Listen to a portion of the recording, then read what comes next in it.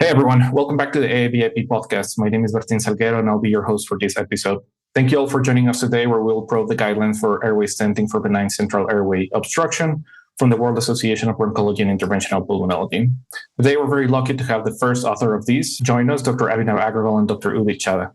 Dr. Agrawal is an associate professor of Zucker School of Medicine and director of interventional pulmonology and bronchoscopy at Norwell Health, North Shore University Hospital, and Dr. Chaddha is an associate professor of the Icahn School of Medicine at Mount Sinai Hospital and associate program director of their IP fellowship. Welcome back, Abhinav and Udit. Thank you. Thanks, Bertin. Getting some of the formalities out of the way, do you have any relevant conflicts of interest to disclose? I don't. None for me either. Great. As a reminder, the views expressed on this podcast are those of the speaker in mind and not necessarily endorsed by the AABIP. The WABIP has released its first ever guidelines on airway stenting for benign central airway obstruction, a significant development on the field, largely defined by a lack of high-quality randomized trials and a scarcity of published data. Recognizing this knowledge void, a multidisciplinary international panel of experts came together to build a consensus using a modified Delphi technique. These guidelines, therefore, offer a unique framework for clinicians consistently positioning stents as a last resort intervention to be considered when other less invasive methods that fail or are not feasible. Today, we'll be speaking with the authors of this landmark document to explore and probe the challenges of creating these consensus-based recommendations and the practical applications of their guidelines. Now, Abhinav, let's start with you. The guidelines post-intubation stenosis suggest stenting when frequent endoscopic interventions are required. But what practical and patient-centered factors are the most important in defining frequent in your practice? Great question, Bertin. And I think, it's important to highlight that. But even before we get to the endoscopic interventions and then stenting, what we have to talk about is making sure that we distinguish simple from complex stenosis, right? Because that will play a big part in terms of when we talk about airway stenting. In simple stenosis, which is less than 1 centimeter, mostly a web-like stenosis, versus you have a longer stenosis associated with malacia, what we label as complex stenosis. Because the number of interventions that you will need and then when you proceed to a stent will really be dependent upon, one, if is it simple or complex. If you have a simple stenosis, you're more likely to do endoscopic intervention. The rate of recurrence will be lower and you're likely to, have a higher success. And so airway stenting is less likely to be considered in those patients unless, you have a recurrent stenosis. The other thing to consider, is the definitive intervention for these patients is surgical therapy, where we talk about either, depending upon the location of stenosis, either, tracheal resection or cricotracheal resection. And so simple stenosis is, if the patient is the right candidate, much easier to operate on when it is a small segment versus a complex stenosis. So I think we want to make sure that we highlight that before we talk about the last resort as a stenting. But let's presume we have a patient, most likely a complex stenosis that is a longer segment, and then you have intervened on the patient. When we talk about last resort, of course, it is going to be center dependent, patient dependent. One of the important things that we want to highlight before we even talk about interventions in this patient is, making sure that the patient is actually symptomatic. And I always tell my fellows, you want to make sure you try to help the patient, not make the picture look pretty. And so the main question is, if these patients are presenting with symptoms, there could be post-obstructive symptoms, they're having respiratory symptoms, sometimes they'll present in extremis with stridor or wheezing. And if that is the case, you will go ahead with endoscopic intervention of your choice, whichever you have at your shop. And then if they are coming back frequently, so if you have a patient that is requiring endoscopic intervention every month or every 2 months, and now, you look back after 3 attempts and you're like, oh, in the last 5 months, I've operated on this patient 3 times, then those are the subgroup of patients. If they're not surgical candidates, then you're starting to think, what is our destination therapy for these patients? How can we increase the duration of intervention, reduce the frequency of intervention? And so that's how I base it upon, in my discussion. And, we'll see what Udit says in his practice. So we have to say last resort because, you do need to, make sure that we have exhausted all of the less invasive options because the stent comes with a burden. And so that's how I base it upon my patients. And that's how we try to highlight in the guidelines. So what I would add here is that complex stenosis, the reason this distinguishment between simple and complex is important is complexity of a stenosis is really a marker that endoscopic interventions are likely to fail, or you will need frequent recurrent endoscopic interventions, which is not ideal for a patient. So anybody who has a complex intervention at the get-go, you know that you may have to do something definitive, whether that is stenting or surgery. Now, surgery is applicable in certain tracheal stenoses in patients who are medically operable and with stenoses that are surgically operable. So, of course, in a post-transplant stenosis, the discussion of reoperation is different as opposed to in a healthy PITS or PTTS stenosis. So, the important thing to factor in is that you can't generalize everyone, because let's say you have a stenosis which is predominantly Malaysia.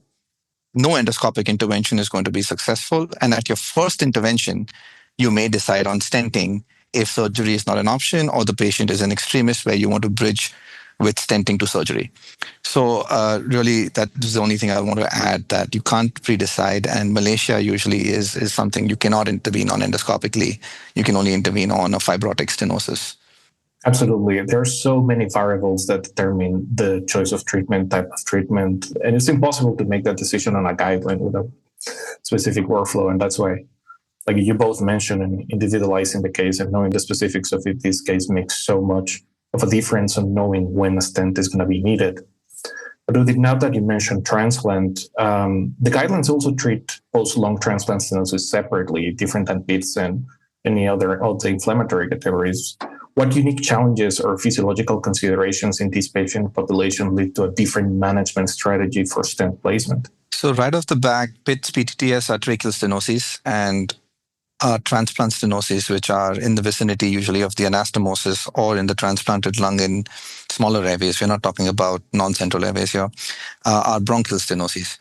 And retransplantation or reoperation is rarely an option, and definitely not a first option for transplant-related stenosis. So it's a completely different beast. Moreover, the data on transplant-related stenosis is different. It's actually the only type of BCAO where we found a significant amount of literature using metallic stents. Not like that is recommended as a first choice, but that was something interesting to dwell into.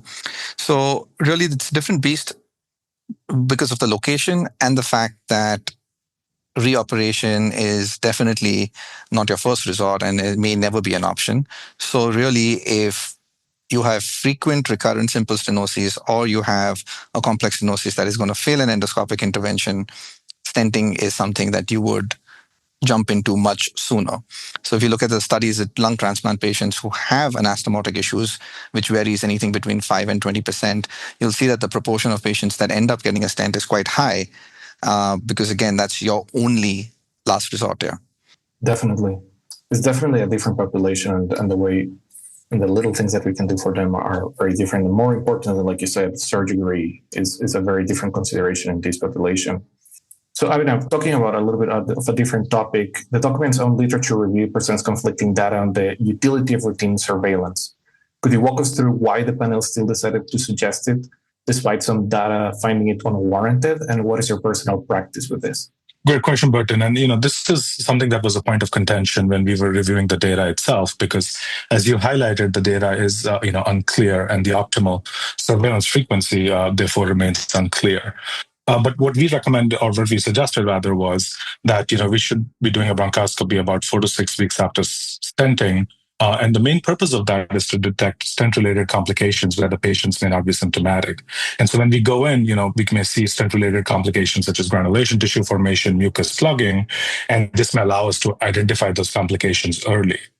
If you look at the data itself, there has been studies. One was done about 25 years ago now, which suggested that, in the routine surveillance group, amongst 31 asymptomatic patients, there were complications detected in 9 of those patients. But if you parse through the data, I think one of the important things to highlight there was that, of the patients that survived, 44% of the surviving patients required an emergent bronchoscopy within 2 to 3 months. And that's where when we looked at the data, it showed us that if we do surveillance bronchoscopy within 2 months, we may be able to detect these complications early. And then there was another study that was done more recently out of Johns Hopkins, which demonstrated that 60% of asymptomatic patients can have at least one stent-related complications.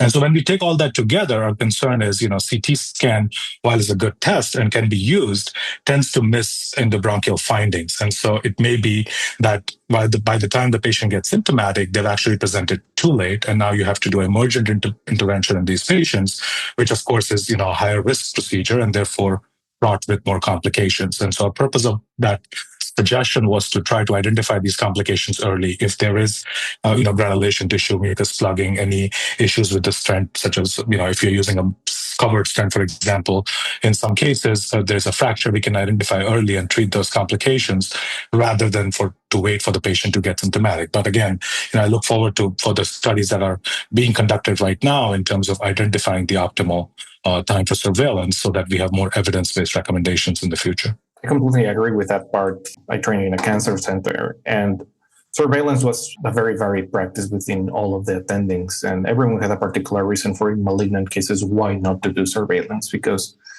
they were getting radiation and they didn't want to mess with the airways, or they have plenty of CAT scans that they feel comfortable with it. But I think that in the benign population, it's a very different population. And we're not going to have many of those reasons why not to do bronchoscopies in these patients. So then the reasons that become available to do the bronchoscopies and to do the active surveillance becomes a better one to try to prevent issues and prevent an emergency bronchoscopy in already a very sick patient. Now, Udit, for a patient who is still a good candidate for stent removal, what does the clinical management of the week after removal look like? Do you recommend in-house observation? Do you recommend the patient to stay close to the hospital? What kind of safety net do you put in place to monitor the patient after this high-risk procedure? So in benign disease, unlike malignant disease, there is no tumor shrinkage disease response, which you can visualize on imaging and decide on stent removal. Here, the hope is that after a certain period of the stent being in position, there is an injury reepithelialization remodeling phenomena, which would allow the airway to sort of stay stabilized and open once you take the stent out. Now, this can happen anything between 6 and 18 months, and based on data can happen in about 40, maybe 50% of the patients at the most. Now, once you do decide to take a stent out, you do decide to do it anything between 6 to 12 months per the guidelines. Some of the panel members recommended 12 to 18 months. I think the best answer here is do your stent removal trials based on the likelihood of remodeling. So if there was a previously damaged structure to the airway, for example, a very malaysic airway in, say, a diabetic or an obese patient, the likelihood of remodeling there is lower. So more probably err longer in your stent removal trial period, as opposed to someone who had a purely fibrotic stenosis, where the remodeling likelihood is higher. You can probably err on the lower end of that spectrum.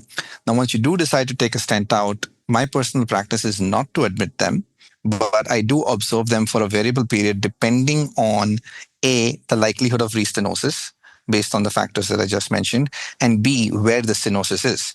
If this was a bad proximal tracheal stenosis, then I am going to observe them a little longer, several hours in the PACU before I discharge them, as opposed to, say, a bronchial stenosis, where even if several hours later the airway begins to collapse again, at least they can tolerate that and won't have a respiratory failure event at home. Makes a lot of sense. And I would take into consideration also patients that are traveling out of town to come see us for a procedure. I would say that perhaps would be particularly for those with tracheal stents, a population that would consider even admitting overnight for monitoring. Absolutely. But I also want to highlight, and as we talk about stent removal, and it's important to take a step back, and when we talk about stent removal, figure out what our initial consideration was, right? Because it will depend upon why the stent was placed. You may have somebody who presents an extremis and you place the stent because, they are not a surgical candidate immediately.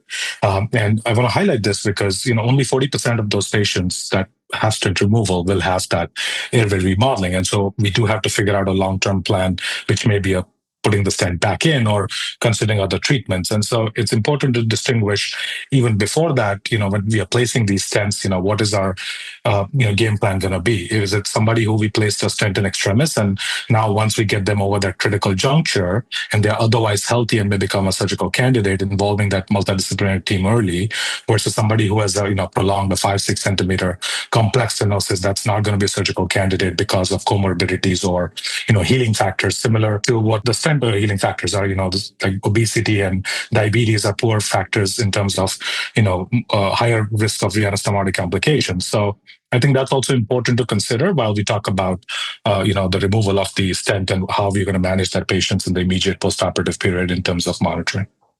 I'm glad that you mentioned that because the guidelines mention predictors for stenosis like diabetes and obesity, like you just said, but are there, in both of your personal experiences, any positive indicators based on the underlying etiology or imaging or patient history that suggest a higher likelihood of a successful stent removal?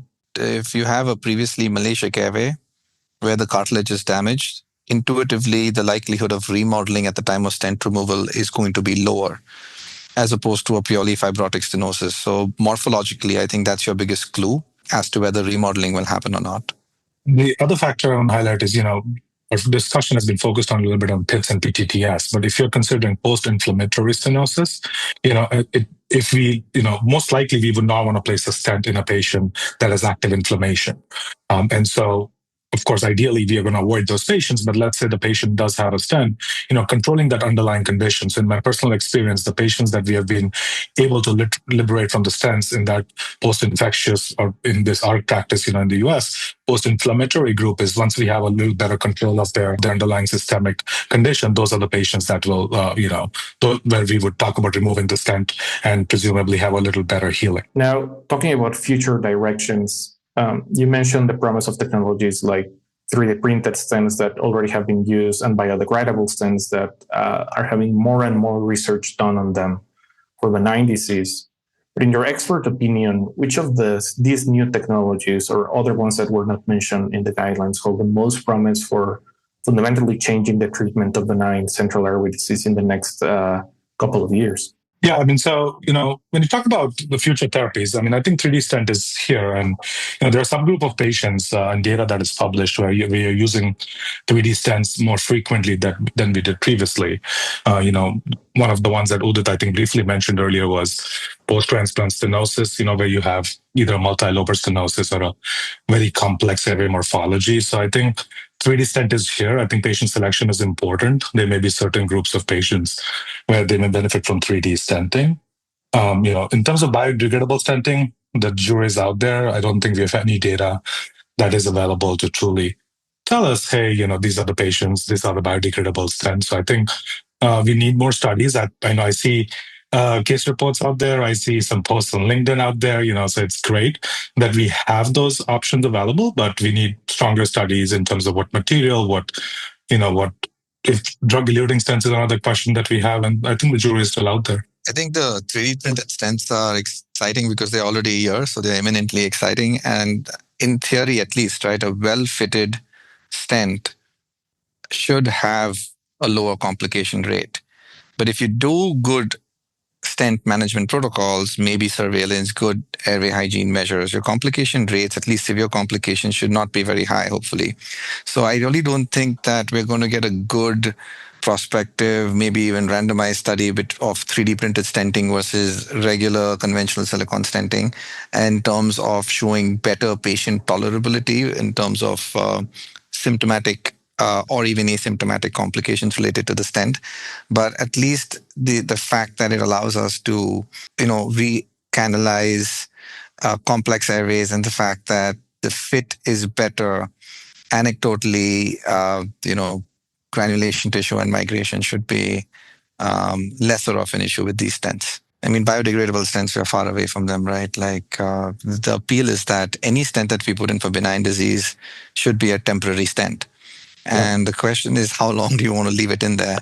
So a biodegradable stent would have to, be studied not only for each particular type of airway pathology, but in different clinical environments within the patient as well. So I think we're a very, very long way away from standardizing biodegradable stents for BCAO. Even more than biodegradable, I think the drug-eluting stents are one that for benign stenosis specifically, I think that is, if we were to design an ideal future, right, we would have a stent that has drug-eluting, has, antifibroblastic properties in terms of the drug, and therefore not only allow for remodeling, just serving as a prosthesis, but allow also treating the underlying etiology, the fibroblasts.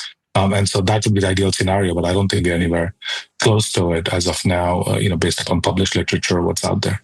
Yeah, I mean, reducing biofilm, reducing mucus plugging, all these drug-eluting applications are there in theory, but we have zero in-human studies on drug-eluting stents so far. Yeah, definitely. That is a field that needs to be developed more, and hopefully for the next decade, that's something we're going to have more evidence for. And perhaps for the next guidelines, there's going to be a comment on all of these new advances and how now we're starting to apply them to our current practice. Finally, if both of you could send one core message from these guidelines to the broader community of interventional pulmonologists and surgeons who manage benign central airway obstruction, what would it be? I think the most important message would be that these are a difficult group of patients who we can help. So I think most, if not all of these cases should be discussed in a multidisciplinary forum, with whoever else does airway interventions, whether it's thoracic, ENT, your lung transplant team for lung transplant patients, your rheumatologist for patients with, say, GPA. I think multidisciplinary involvement or discussions are very, very important here.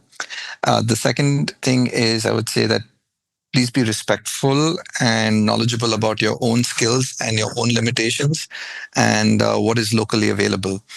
In case a patient is not an extremist and you do not have rigid bronchoscopy skills, these patients should be getting silicone stenting. So it is highly suggested that these patients be transferred to a center where rigid bronchoscopy capabilities are available to place a silicone stent for multiple reasons, as we highlight in our paper in a dedicated PICO question. So these are the two things I think I would highlight and emphasize on. Yeah, absolutely. I mean, in addition, I want to talk about, patient-centric outcomes, right? So what we want to talk about is, making sure that we are focused on patient-centric outcomes. If we have to do an intervention every 30 days, then unfortunately it is not a patient-centric outcome, right? I mean, there are exceptional scenarios where we may not have a choice, but for that patient, it is a procedure every month that they have to come to recover from, it's interrupting their daily life. And so I think it's important, to tie that in with the multidisciplinary discussion where we are talking about both short-term options in terms of making the patients feel better as they're symptomatic, but at the same time, thinking what is a 3-month, 6-month, 12-month plan? Are these patients surgical candidates or not? Should we be considering stenting if this is a complex stenosis? Is there underlying autoimmune condition that needs workup and management? I think having that sort of approach where it's a comprehensive approach, not just a procedural approach, is extremely important, as we focus on the patient-centric outcomes. Fantastic. This has been great, Abhinav and Udit. Thank you so much for your time and for joining us and for the big effort that you guys did and everyone did for publishing these guidelines. Thanks for having us, Bertin. The pleasure's all ours. Thank you, Bertin.